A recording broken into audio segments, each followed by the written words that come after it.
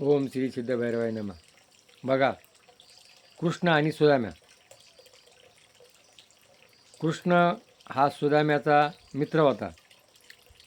गुरुच्या ग्रही दोघं शिकायला होते. आणि मग रानामध्ये ज्या वेळेला लाकडं आणायला गेले त्यावेळेला सुदाम्याच्या बायकोना याच्या गुरुच्या पत्नीना त्याच्या हरभऱ्याची सुदाम्या दिली होती. दोघंजण खा. आणि पाऊस चालला होता, झाडावर चढले होते. सुदामा एकटा खात होता, दात वाजत होते. कृष्णाला विचारलं, का रे काय वाजते? काय नाही म्हणे, दात वाजत्यात. बघा, त्यांनी चोरून जर ते सुदाम्याच्या कृष्णाचं एवढं खाल्लं तर त्याला दरिद्री प्राप्त झाली. कृष्ण कोण झाला? राजा झाला. म्हणून जगा आणि जगू द्या, वाटून वाटून खा. बघा, आज काही काही कोट्याधीश त्यांना इन्कम टॅक्स भरावा लागतो. आणि आज शेतकरी इतका हालतमध्ये. जर आज मोठमोठ्या कारखानदारांनी, मोठमोठ्या व्यापाऱ्यांनी, मोठमोठ्या आमदारांनी, खासदारांनी जर शेतकऱ्याला सहकार्य केलं तर आज शेतकरी संकटात आहे. जिकडं तिकडं पाऊस आहे, पुराणा शेतात होऊन गेले. आणि आज अशा परिस्थिती जर सरकारच्या भरोश्यावर, सरकारही काय देणार आहे? पण ज्यांच्यापाशी आज आम्हा पैसा पडलेला आहे, यांनी जर शेतकऱ्याला सहकार्य केले तर त्यांना पुढच्या जन्मामध्ये भगवंत श्रीमंत करेल. ही ध्यानात ठेवा.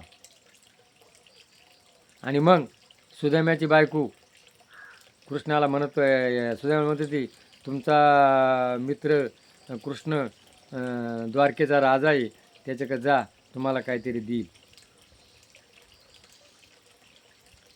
आणि मग सुदाम्याच्या जवळ आता आपण कोणाला भेटायला जर गेलो तर काहीतरी द्यावं लागतं. तिनं थोडीशी पोहे दिली होती, तांदूळ कुटून आणि ती भाजून. ती पूर्वी आजही करतात, ती पोहे दिली होती. बघा, ती परंपरा आजही चालू आहे. आपल्या घरी जर कोणी पाहुणा आला ना तर त्याला आपण काय करतो? पोहे करतो. आणि मग तो ज्या वेळेला थकला, दमला आणि एक द्वारकेच्या वेशीजवळ जाऊन झोपला आणि मग त्या पारेकऱ्याने त्याला उठवलं. त्याने डोळे उघडले आणि त्यांनी सांगितलं, मला कृष्णाला भेटायचे. आणि मग कृष्णापाशी नेल्यानंतर कृष्णाने त्याचा आदर सत्कार केला आणि दोघं गप्पा करीत होते. आणि त्यांना लहानपणाच्या आठवणी आल्या. आणि मग त्यांनी सांगितलं, का रे म्हण, तू एकटेच हरभरे खाली होते ना, मला दिले नाही ना. मग तू गरीब झाला, मी श्रीमंत झालो. आणि मग त्याला आंघोळ घातली. मग तू काहीतरी आणलं आहे, वहिनीनं काहीतरी दिलं असेल. आणि मग ती पोळी आपल्या फाटक्या उपरण्यात बांधलेले होते. आणि मग ज्या वेळेला कृष्ण ते पोहे खायला लागला, एक घास खाला. पण त्यावेळेला त्याच्या ज्या पत्न्या होत्या, रुक्मिणी, सत्यभामा, यांनी जर एवढं खाल्लं तर त्रिभुवनाचं राज्य देऊन टाकील. मग आम्हालाही पाहिजे. आणि त्यांनी फक्त एक घास खाला, बाकीचं त्यांनी खाला. आणि मग ज्या वेळेला सुदाम्याची नगरी सोन्याची करून दिली. म्हणून आजही जे आपली जर एखाद्याला काय द्यायला लागलो ना तर आपली मंडळी असते ना, ती काय म्हणती आपल्याला. ती परंपरा पोयांची. आणि द्यायला लागली मंडळी आडवी होती आपल्याला. प्रत्येकाची बायको देताना मध्ये आडकाठी करते. तर मग सुदाम्याचे सगळा आदर सत्कार केला आणि त्याला कपडे घातले आणि जेवण दिलं. आणि मग सुदाम्याला 2-3 दिवस मुक्कामी करून आणि सुदाम्या निघाला. काहीच दिलं नाही.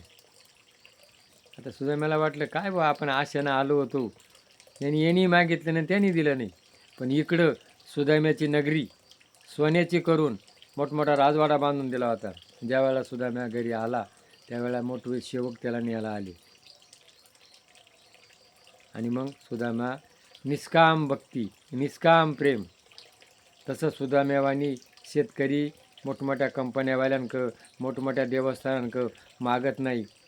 पण मोठमोठे देवस्थानं, मोठमोठे कारखानदार, मोठमोठे आमदार, खासदार, अरे आज शेतकरी संकटात आहे, त्या सुदाम्यावानी त्याला तुम्ही सहकार्य करा, भगवंत तुम्हाला भरपूर देईल. आज संपूर्ण शेतकरी, पूर्ण महाराष्ट्राने जवळजवळ भारत देश आज प्रलय काळ आलेला आहे. आणि आज प्रत्येक माणूस संकटात आहे. तोंडी घास येऊन आणि निसर्ग त्याला काढून देणार तर अशा संकटामध्ये प्रत्येक मोठमोठे पैशावाले लोक यांनी जर शेतकऱ्याला सहकार्य केलं तर भगवंत सुदामेवानी तुम्हाला देईल, पुढच्या जन्मात तुम्हाला श्रीमंत करील.